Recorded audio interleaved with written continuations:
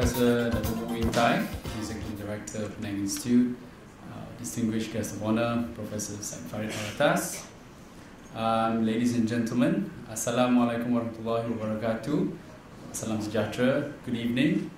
I would first like to thank everyone for joining us tonight in this lecture by Professor Syed Farid, entitled Contemporary Muslim Revival, the Case of Protestant Islam.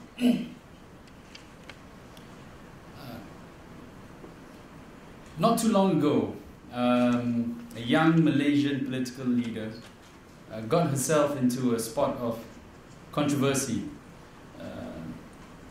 I think Dr. Farouk is very well aware,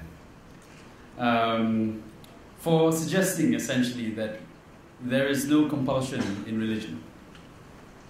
Such a seemingly innocuous statement was immediately sensationalized by the media, following intense pressure from vocal conservatives. Until today, I still find it strange that someone should be castigated simply for repeating a fundamental truth that is espoused by none other than the Holy Quran. And even more recently, we have had a very fierce debate over the name of God. Who can use it, who cannot use it, whether it should be banned or prohibited for use by certain communities, as if the name of God can be monopolized or owned by anyone.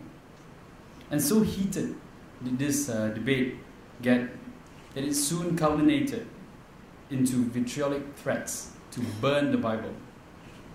And there were pamphlets being distributed in Penang inviting people for a Bible burning festival, which is supposed to be held tomorrow. I don't know if anyone will show up. But I suppose all this fuss and overreaction is really a reflection of how intellectually immature our society is, in spite of all our economic progress.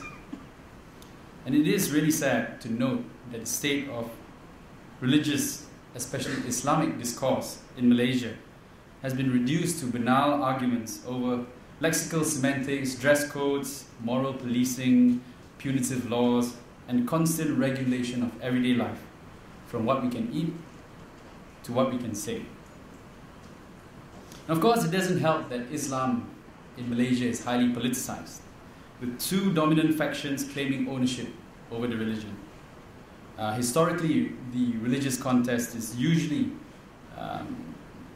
between conservatism on one hand and reformism on the other, as was the case between the Kaum Tua and Kaum Muda movements during the first half of the 20th century.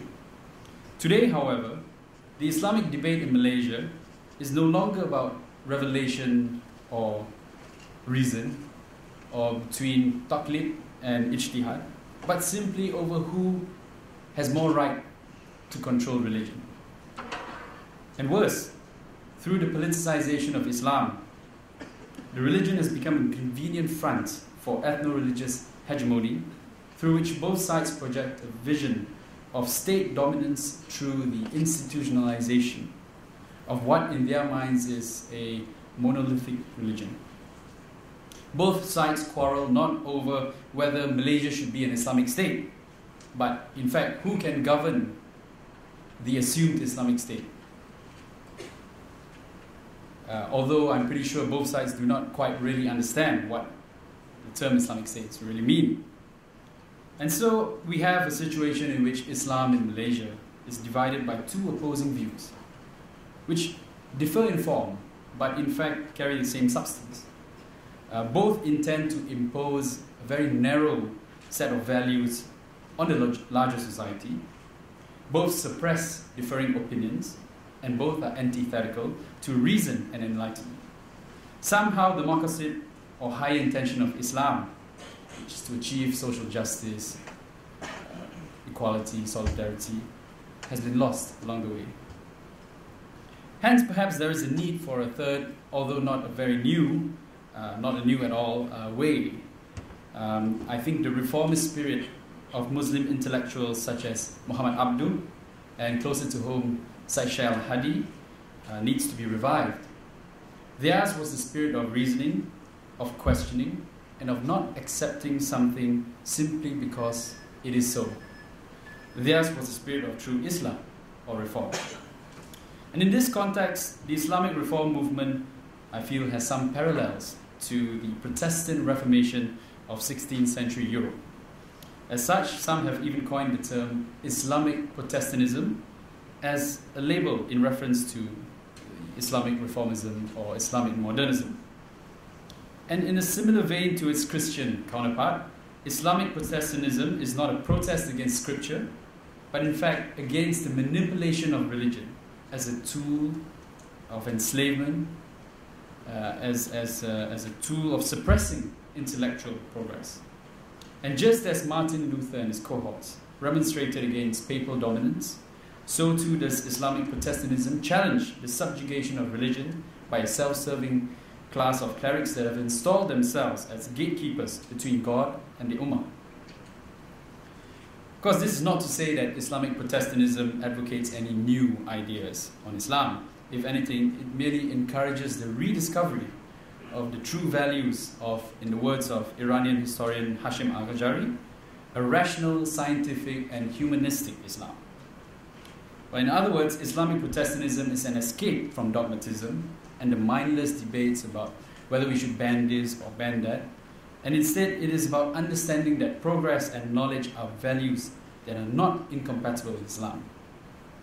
There are nearly 1.6 billion Muslims in the world today, yet only 2 have won Nobel Prizes in the sciences, one for physics and one for chemistry. And in contrast, the Jews, who are outnumbered by 100 to 1 by the Muslims, have produced 79 laureates. And perhaps the best depiction of the state of Muslim intelligentsia is the case of the Quaid-e-Azam University in Islamabad, Pakistan, which reportedly has 3 mosques in the campus, and they're in the process of building another one, but no bookshop. So this I think depicts the kind of priorities that we have. Now, of course, this is in direct contrast to the Muslim world of between the 8th and 13th centuries, the so-called golden era, during which much knowledge was pioneered in the fields of medicine, mathematics, physics. And without doubt, I think the foundations laid by Muslim scholars such as Avicenna or Ibn Sina and Ibn Rashid and many others would have a profound influence on European philosophy and European thinking later on. However, an Islamic return to Renaissance is only achievable, I feel, through a substantial commitment to integrate scientific and worldly knowledge with core Islamic values such as freedom, justice, and equality. For as long as Muslims remain fettered by the rigidity imposed by Islamic authorities and the pseudo-clergy class, the Ummah will continue to be left behind. But today, I think there is an undercurrent sweeping the Muslim world. Some call it a spring, others call it an awakening. Whichever it is, I think there are signs now that Muslims are beginning to rise to reclaim their space under the sun. In Egypt, a former engineering professor now sits in the presidential office, and while in Tunisia is now being led by prominent Islamist intellectual Rashid al-Ghanouchi. And as we see freedom and democracy begin to take root in the Muslim world, so too we hope that pursuit of knowledge and the thirst for scientific progress would be revived among Muslims. And as for us in Malaysia, still consumed by doctrines that brook no dissent and the domination by 2 sides of the same repressive coin, sitting idly by is not an option. I feel if we are to achieve the ultimate goal of reform, of true Islam, then protest we must. With that, I'd like to end my welcoming speech. Assalamu alaikum wa rahmatullahi wa barakatuh. Thank you. May I now invite Professor Alatas, Zairil, and Dr. Farid Musa to lift the cloth together at a count of 3. 1, 2, 3.